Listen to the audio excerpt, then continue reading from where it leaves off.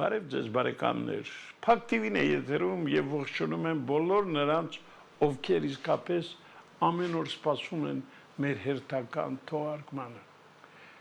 Գիտեք, գնալով երկիրը կարծես թե ավելի է թաղում այսպես բռնապետության շրջանակներում եւ ամեն անգամ դժվար է հրավիրել տաղավար մի մարդու, ում հետ ուզում ես բաց զրույց վարել, անկեղծ, անկախ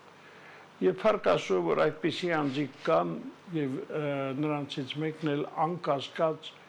Հայաստանի Եվրոպական կուսակցության նախագահ Տիգրան Խզմալյանն է, ում հետ այսօր զրուցելու ենք։ Բարև ձեզ։ Ողջույն, պարոն Ղուշյան։ Ուրախ եմ իսկապես, որ մեր հյուրն եք, գիտեք, որտեվ մենք շատ ծանր ժամանակաշրջան ենք ապրում, ես Որ երրորդ անգամ։ Որ երրորդ անգամ։ Դե քանի որ ձեզ հետ վաղեմի բարեկամներ ենք, մենք գիտենք, թե իրականում ինչ է տեղի ունենում, բայց մեր ցավոք ունկնդիրներից շատերը, մոլորվածներից շատերը դեռ չեն հասկանում, թե որը որից հետո է։ Եվ պիտի ասեմ, որ այս առումով շատ կարևոր են ձեր նման մարդկանց խոսքը հնչեցնել եթերից։ Ես գիտեմ, որ ձեզ համար էլ հեշտ չէ այդ ամենը ասել, բայց ով է երբևիցե ճշմարտություն ասել բրավո։ Չգիտեմ, կգա ժամանակ գուցե եւ կասեն, բայց այսօր պայքարը շարունակվում է։ Այն իրավիճակը, որ յետընտրական ժամանակահատվածում տիրում է Հայաստանում, ինչով կարող եք այդ իրավիճակը բացատրել։ Մեծ հաշվով այս ամենը իհարկե օրինաչափություն է։ Սա պատիժ է մեզ բոլորիս տասնամյակներով կուտակված այն փոքր կեղծիքների, չարիքների, կոմպրոմիսների, ստերի համար, որոնք կուտակվել են եւ որոնց մարմնավորումն է այսօրվա ժամանակը, դա այլ մոլորակից չի ընկել։ Դա մենք ենք։ Դա մեր տեսակներից մեկն է։ Ցավոք սրտի, դա այլասերված, վախեցած, ամեն ինչին պատրաստ, ամեն ինչը կուլ տվող զանգվածն է, որը հիմա իհարկե ժամանակավոր, եթե մենք կարողանանք դիմանալ ու դիմադրել, ինչպես մեր ընդհանուր ընկեր Ռուբեն Ախվերդյանն է մեզ պատվիրել դիմանալ եւ դիմադրել։ Եթե մենք կարողանանք անցնել նաեւ այս փորձությունը, ուրեմն մենք կհաղթահարենք այդ ամենը։ Ես միշտ զարմանում եմ, թե ինչպես մենք չենք տեսնում Տեր Աստվածը, ճակատագիրը, պատմությունը մեզ հետ անընդհատ երկխոսության մեջ է։ Այս տարի, ընտրությունների տարին, տարվա ֆիլմ է դարձել Ոդիսականը, Քրիստոֆեր Նոլանի հերթական մի բեմադրություն Ոդիսևսի մասին։ Ինչով է Ոդիսևսը հայտնի, այդ խորամանկույնը։ Նրանով նրա գլխավոր սխրանքը կյանքի այն է, որ նա Տրոյայի պաշարման ընթացքում, որը ոչ մի կերպ չէին կարող հույները հաղթահարել, բերում է տրոյական ձիուն եւ տրոյական ձիու մեջ պատսպարված, թաքնված հույները միամիտ այդ տրոյացիների կարողանում են խաբել, մտնում են ամրոցի ներսում եւ ներսը եւ կոտորած են սարքում, բացում են դարպասները եւ այդպես ընկնում է Տրոյան, տրոյական ձիու միջոցով։ Ես հիմա նայում եմ մեր կյանքին եւ տեսնում եմ, որ մեր կյանքը, մեր կառավարությունը, իշխանությունը, ազգային ժողովը դա տրոյական ձի, ոչ թե ձի, ձիերի ախոռ է։ Մի ամբողջ ոհմակ, ավելի ճիշտ ձիերի դեպքում դա ոհմակ չէ, դա ինչպես են անվանում մոռացել թուրքական բառը եւ ես հիշում եմ նաեւ որ տրոյացիները գիտեին այդ մասին, որովհետեւ նրանց այդ մասին ասում էր մի մարգարե տրոյացի Լաոկոնը, բայց աստվածները Աթենքը, որը Աֆինան, որը օժանդակում էր հույներին, պատժեց նրանով, որ նրա մարգարեությունները, կանխատեսումները միշտ իրականություն են դառնում, բայց մարդիկ դրան չէին հավատում։ Պատիժը այն էր, որ նա ասում էր ճշմարտությունը, որին չէին հավատում։ Սա ծանրագույն պատիժ է։ Եվ մենք ձեզ այդ լակոնի դերում ենք, որը պատժվել էր, ինչպես նաև մենք։ Մեր կանխատեսումները մեկը մեկի հետևից իրականանում են։ Դուք պետք է որ հիշեք 2019 թվականի վերջում դուք ինձ հրավիրեցիք, տեսեք ինչ եմ հիշում, 6 տարի առաջ, դեկտեմբերին, տարին ամփոփելու, եւ ես ասացի ձեզ, որ այս 19 թիվը վերջին հանգիստ տարին է լինելու, եւ մեզ համար եւ աշխարհի համար։ Ու դուք հետո մի քանի անգամ անդրադառնում եք, ասում եք, տեսեք, մենք դա ասում ենք։ 20 թիվը եւ աշխարհի համար էր ողբերգական, բայց Հայաստանի համար դա աղետալի տարի էր։ Եվ չտեսնել դա, չզգալ, մենք որպես ազգի զգայարանները, մտավորականները, քաղաքական վերլուծաբանները, քաղաքական գործիչները, մենք իրավունք չունեինք։ Եվ մենք ասում ենք դա, մենք ասում ենք ճշմարտությունը, եւ մեզ չէին հավատում։ Ծաղրում էին, ծիծաղում են։ Սա է այն պատիժը, որը մենք ենք կրում, տեսնելով ինչ է կատարվելու, զգուշացնելով, եւ մենք տեսեք, 1 տարի առաջ քիչ բան չենք արել, խորհրդարանում չլինելով որևէ իշխանական, ֆինանսական լծակներ չունենալով, մենք կարողացանք համոզել կառավարությանը, իշխանություններին եւ իրենք ընդունեցին մեր պատրաստված օրենքը Եվրամիության անդամակցության մասին։ Բայց արի ուտես, որ 3 Փաշինյանի ճառում, երբ որ նա կառավարության նոր ծրագիրը տեսլական էր ներկայացնում, 5-ամյա, այնտեղ ընդամենը ասվել էր, որ պետք է զարգացնել 5-ամյա ծրագրերը ԵԱՏՄ-ի, Ռուսաստանի հետ, Թուրքիայի, Ադրբեջանի, իսկ Եվրոպայի վերաբերյալ ասվել էր, որ հա մենք շարունակելու ենք հարաբերությունները, զարգացնելու ենք եւ մոտ 5 տարի անց մենք կխոսենք եւ Շենգենի մասին եւ միգուցե ավելի սերտ քաղաքական մերձեցման մասին։ 5 տարի դուք չունեք, մենք չունենք, մեր երկիրը չունի այդ 5 տարին։ Մենք գիտեք ինչ վիճակում ենք։ Սումգայիթի ջարդից հետո հայերը Բաքվում հանգիստ նստած եւ հավատում են, որ իրենց ոչինչ չի պատահի։ 2 տարի անցավ։ 20 թվականի պատերազմից հետո ոչ ոք չէր հավատում, որ 3 տարի անց հայաթափվելու է Արցախը։ 3 տարի անց կատարվեց այն, ինչին ոչ ոք չէր հավատում։ Եվ մեր հորդորները ոչ Արցախում էին լսում Ստեփանակերտում, ոչ Երևանում։ Երբ որ մենք ուղիղ ասում ենք ինչ է պետք անել եւ ինչը չի կարելի անել, չի կարելի վստահել ռուսներին, չի կարելի բանակցել անպտուղ թուրքերի, ադրբեջանցիների հետ, պետք է օր առաջ կողմնորոշվել դեպի արևմուտք եւ բռնվել Մինսկի խմբից։ Հիմա 26 թվին ես ասում եմ, որ մենք չունենք այդ 5 տարին 23 թվից Արցախի կորուստից ընդամենը 3 տարի անցել, բայց մարդիկ կարծես մոռացել են ազգային ժողովում կարծես հավատաքնություն է գնում։ Հələ դուրս եկեք ամբիոն ու ասեք, որ Ղարաբաղը մերը չի, Ղարաբաղը Ադրբեջանին է պատկանում, պահանջում են պատգամավորները միմյանցից այդ երեսփոխանները, որոնք դեռ տարիներ 2-3 տարի առաջ գոռում են, որ Արցախը Հայաստանի է վերջ։ Հիմա իրենք պնդում են, որ նման բան երբեք չկար եւ անգամ Արցախ բառը մի ասեք, Ղարաբաղ։ Սա է պատիժը, սա է տրոյական ձին, որը մեր ազգային նախորում է նստած։ Փաստորեն այսօր մենք հայտնվել ենք բռնապետության մի ժամանակահատվածում, որտեղ ոչ միայն ազատ խոսքը, այլ ցանկացած առաջադեմ միտք կարող է այսպես հանդիպել դժվարությունների։ Եվ դուք որպես եվրոպական կուսակցության նախագահ ինչ վիճակ եք տեսնում Եվրոպայի հետ կապված, այդ Եվրոմիության հետ կապված բանակցություններում որևիցե առաջընթաց կարող է լինել։ Ես տարիներ առաջ նկատեցի եւ ասում եմ դա, նաեւ ձեր տաղավարում, որ Հայաստանը ընթանում է Վրաստանի ճանապարհով։ Վրաստանը շատ առաջ էր մեզնից Եվրոպայի հետ մերձեցման ճանապարհին եւ անգամ ունի մինչեւ հիմա եւ ազատ Շենգենյան վիզաներ դեռևս պահպանված իր քաղաքացիների համար, որովհետեւ հայտ է ներկայացրել եւ ունի ամենակարևորը Եվրամիության անդամակցության տեխնացու երկրի կարգավիճակ, որը մենք կստանանք, եթե դիմում գրեինք։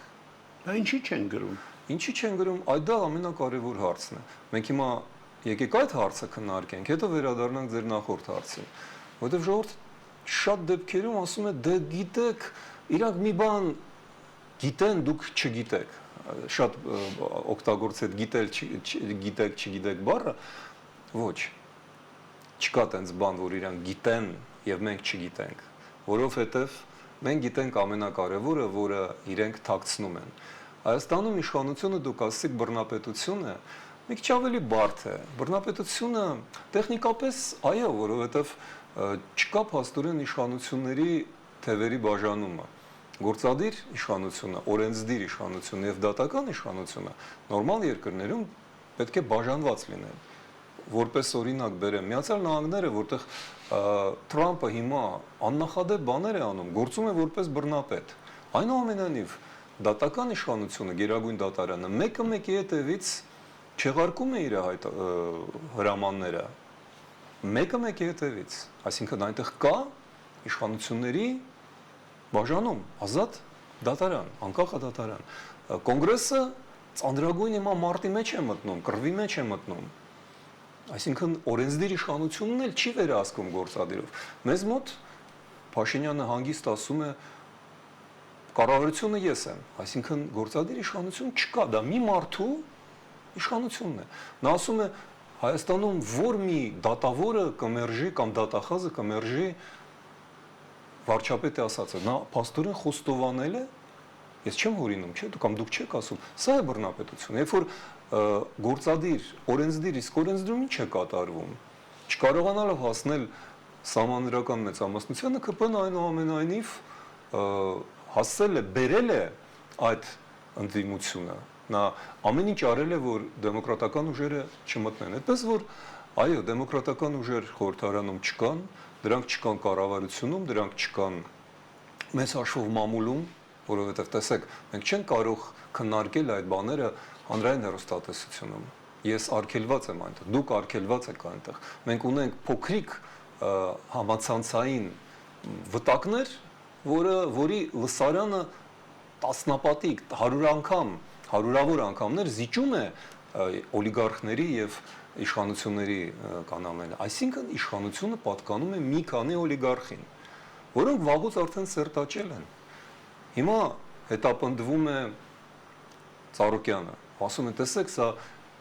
պայքար է օլիգարխիայի, ոչ, սա ընդհանրապես սեփականության վերաբաշխում է, առավել ևս, որ կներեք, դա բամբասանք չէ, դա արդեն ոչ թե անձնական կյանքի, այլ քաղաքական կյանքի փաստ է, որ Ծառուկյանի ընտանիքը խնամի ազգական կապեր ունի Խաչատուր Սուքիասյանի ընտանիքի հետ, որը ամենամերձավոր օլիգարխն է ներկայիս իշխանությունների։ Մյուս կողմից մեկ այլ նախկինում օլիգարխ եւ վարչապետ Հովիկ Աբրահամյանի, այսինքն ներկա նախկին չկա տենց բան, իրենք բոլորը սերտաճել են։ Ինչ է Ալեքսանյանը նախկին է, թե ներկա Սամվել Ալեքսանյանը, կամ չշարունակեմ։ Դրա ընդամենը մի քանի ընտանիք է, բայց տեսեք, որ նրանք վերահսկում են մեր երկիրը, որովհետև ամենախոշոր ֆինանսական ալիքները պատկանում են նրանց, հանքերը, բանկերը, առևտուրը։ Այնտեղ չկա ոչ մի եվրոպական ուժ, այնտեղ չկա ոչ մի եվրոպական ներկայացություն։ Հայաստանում կար մեկ գերմանական բանկ, կոմերցիոն, որը 13 թվին թողեց գնաց Վրաստան։ Որևէ անգամ լուրջ խանութների, սուպերմարկետների առևտրի ցանց չկա։ Կարֆուրը այն էլ ֆրանսիական չէ, արաբական ճյուղն է, որը լուրջ դերակատարություն չունի այս շուկայում։ Հանքերը պատկանում են Ռուսաստանին, երկաթուղին շարունակում է պատկանալ Ռուսաստանին, էլեկտրոէներգիա եւ գազի մատակարարումը վերահսկվում է Ռուսաստանի կողմից։ Ուրեմն եւ քաղաքական կուսակցությունները եւ մամուլը նույնպես։ Այսինքն մենք շարունակում ենք մնալ ռուսական գաղութ, որը մի քանի օլիգարխների միջոցով, ինչպես եւ 25 տարի առաջ, 15 տարի առաջ, 10 տարի առաջ, այդպես էլ հիմա կառավարում է մեր փոքրիկ կիսա բռնապետական ավտորիտար պետությունը։ Այո, եթե այս ամենին էլ ավելացնենք այն քաղաքական բանտարկյալներին, որոնք Հայաստանում բավականին շատ ասել են, ել չեմ խոսում Բաքվում պահվող մեր գերիների մասին, պատկերը ավելի ամբողջական կարող է դառնալ։ Այո, իհարկե, տեսեք, ցուցադրաբար կախել են իրական Հայաստանի քարտեզը, բայց դա էլ է կեղծ, որովհետև հենց հիմա այսպես կոչված իրական Հայաստանի քարտեզի հարյուրավոր քառակուսի կիլոմետրերում կանգնած է ադրբեջանական բանակը։ 240 Այո, կիլոմետր քառակուսի կիլոմետր։ Իսկ ինչու է դեպքում չեք նշում դա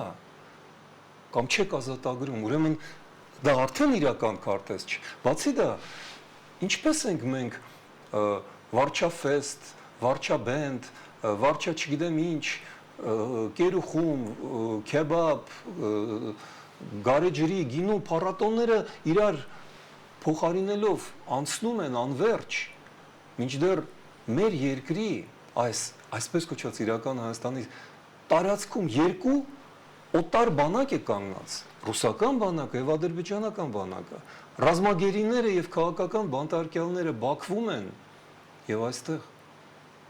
ինչպես ենք մենք հանդուրժում այս ամենը, այս սա է այդ վիճակը, որը մենք փորձում ենք նկարագրել, սա է այն պատիժը, սա է տրոյական ձիերի ախորը, որը այսօր Հայաստանն է։ Պարոն Կազմանյան, կարող ենք ասել, որ քաղաքական տերորը շարունակվում է։ Ոչ, սա գիտեք ինչ, շատ հիբրիդային տերոր է։ Իրական տերոր չէ։ Այստեղ չեն սպանում ֆիզիկապես, ինչպես առաջ, Տեր-Պետրոսյանի օրոք, Քոչարյանի օրոք։ Այստեղ սպանում են այլ կերպ, բարոյապես, քաղաքականապես։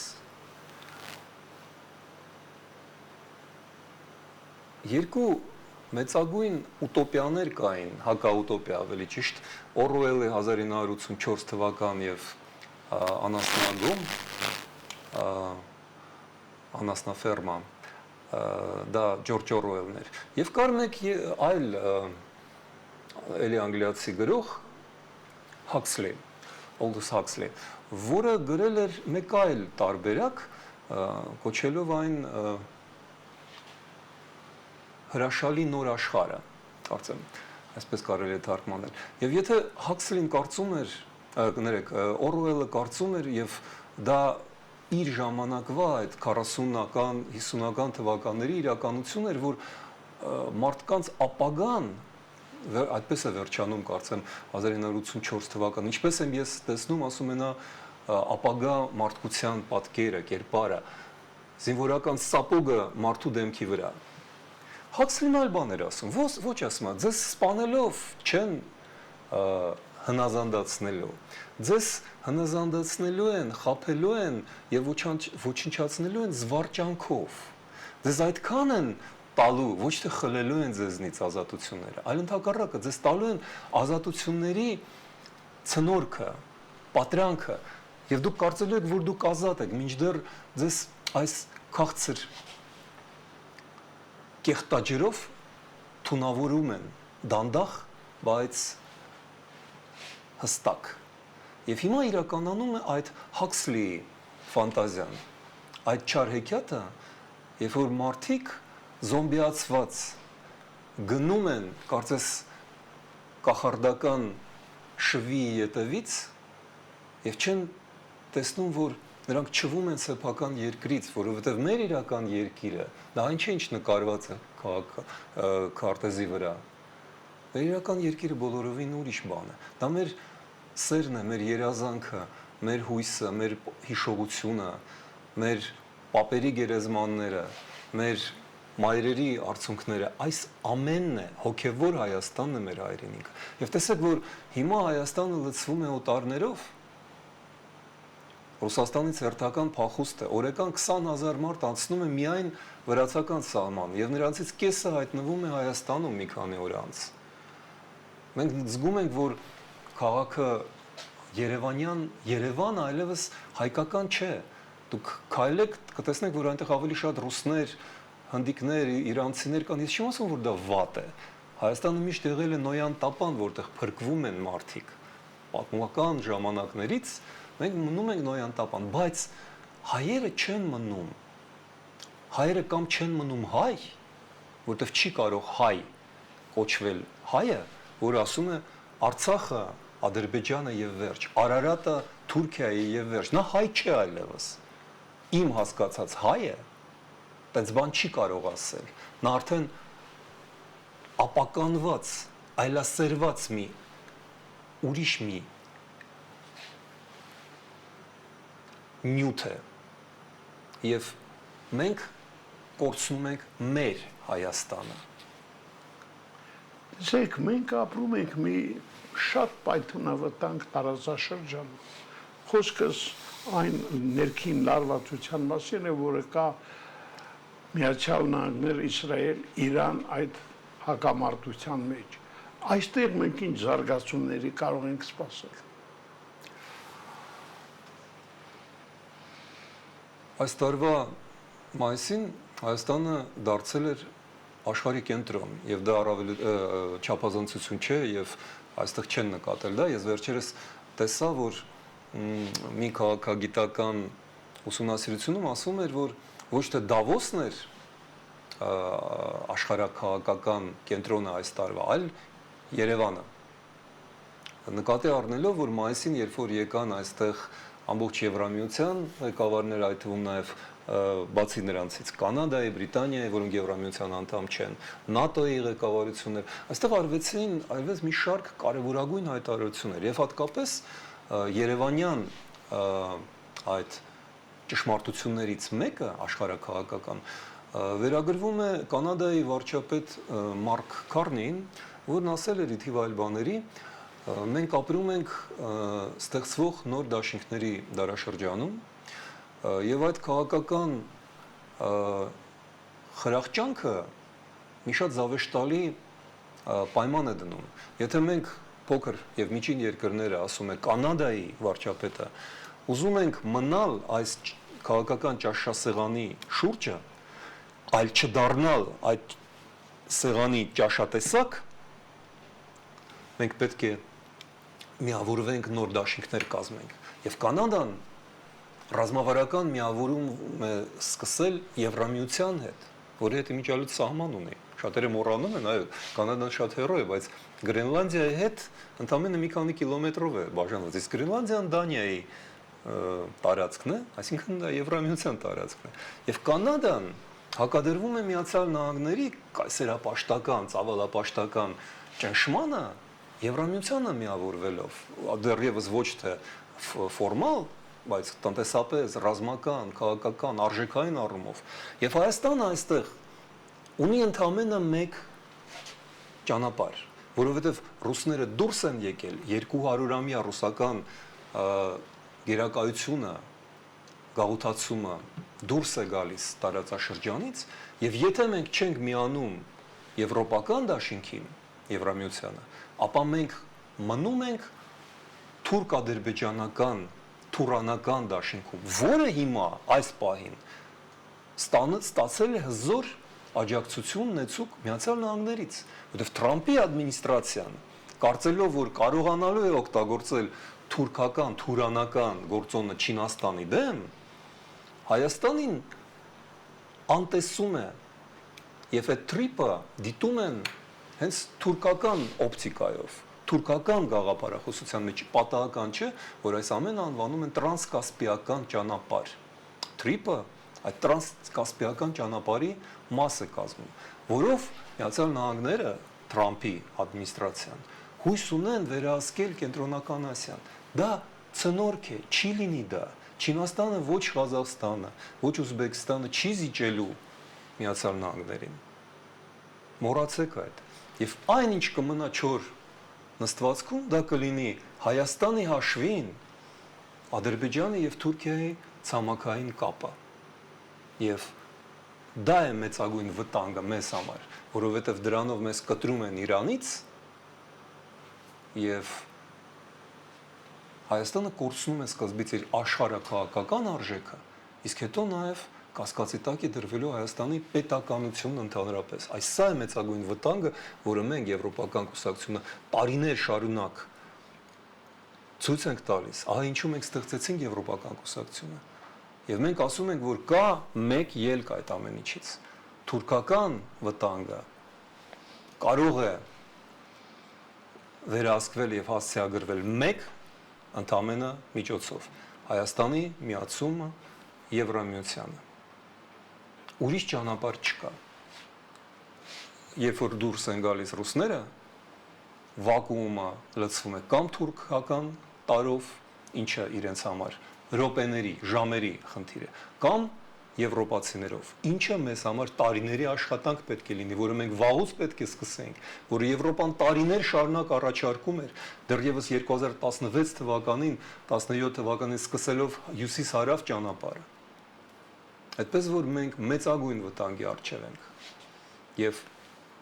ահա այսօր 26 թվականի օգոստոսին ձեր տաղավարում, ինչպես տարիներ առաջ 19 թվականին, ես ասում էի 19 թվին, որ սա մեր վերջին հանգիստ տարին է լինելու։ Մեզ սպասում են սարսափելի մարտահրավերներ եւ ծանրագույն փորձություններ։ Այդպես էլ եղավ։ Մեկ մեր 19 թվականի խոսակցությունը դուք հիշում եք։ Հիմա ես ասում եմ, մեր վերջին շանսն է փրկության 26 թվականին, ես դա ասում եմ։ Օր առաջ Եվրամիության հայտ տալը դառնալ սկզբից տեխնացու, իսկ հետո Եվրամիության լիարժեք անդամ։ Այն, որ մեզ ասում են, մեզ այդտեղ չեն սպասում, մենք դա սուտ է։ Մեզ սպասում են, իրենց ոտքով են եկել մայիսին, իրենք ասել են Անտոնիո Կոշտան, Եվրախորհրդի նախագահը, ասել էր Եվրոպայի սիրտը Հայաստանում է։ Այս տարվա մայիսին ով է հիշում Հայաստանում դա։ Ոչ ոք, որտեվ իշխանությունը անտեսում է դա, իսկ նրանց վերահսկողության կամ պրոռուսական մամուլը լռում է։ Իրենք 90%-ով իջեցրել են տարիֆները հայաստանական ապրանքների համար, իրենք սպասում են մեր քայլերը, այդ քայլերը չկան եւ Փաշինյանի օրոք չեն լինելու։ Շատ դաժան իհարկե կանխատեսում եք անում, բայց դա ռեալ իրականությունն է։ Իրական Հայաստանը դա է, այլ ոչ թե այն, ինչ կախված է Այո, խորհրդարանում։ խորհրդարանի պատին։ Այո։ Եվ շատերը նայելով այդ քարտեզին ասում են, ինչ հրաշալի ապագա է մեզ սպասում։ Շնորհակալ եմ, որ եկաք։ Պայմանավորվենք, չնայած ձեր ալած կանխատեսումներին, շատ դաժան եմ իջել, մենք առաջիկայում առիթ ունենանք գոնե մեկ անգամ մի շատ լավ գերդարձության մասին խոսել։ Իհարկե, որովհետև նախ մենք ոչ թե ես քաղաքագետ չեմ, ես քաղաքական գործիչ եմ եւ ես ասում եմ այս ամենը ոչ թե ինչ-որ մեկին դուր գալու կամ վախեցնելու համար։ Ես ասում եմ, որովհետև մենք ծրագիր ենք պատրաստում դրա դեմ, հաղթահարելու այդ վտանգները, ասցեագրելու այդ մարտահրավերները։ Հայաստանի Եվրոպական կուսակցությունը ունի փրկության ծրագիր եւ մենք իրականացնելու ենք այն օրենքը, որը մեր նախաձեռնությամբ ընդունվել է։ Դա է Հայաստանի ճանապարհը։ Դե հուսանք, որ մեր իշխանությունները գոնե մեկ անգամ կընթառաջեն ձեզ։ Մեկ անգամ լսեցին, ստացան լավագույն արդյունք։ Հիմա չեն լսում, պատժվելու ենք։ Նորից կլսեն, կփրկվենք։ Շնորհակալ եմ։ Ձեր բարեկամներ, մենք իսկապես այսօր հրաշալի անձնավորության հետ էինք զրուցում Հայաստանի Եվրոպական կուսակցության նախագահ Տիգրան Ղազմալյանն էր Փակ TV-ի տաղավարում։ Իհարկե, սպասեք նրան առաջիկայում եւս։ Իսկ այսօր այսքանը։ Ցտեսություն։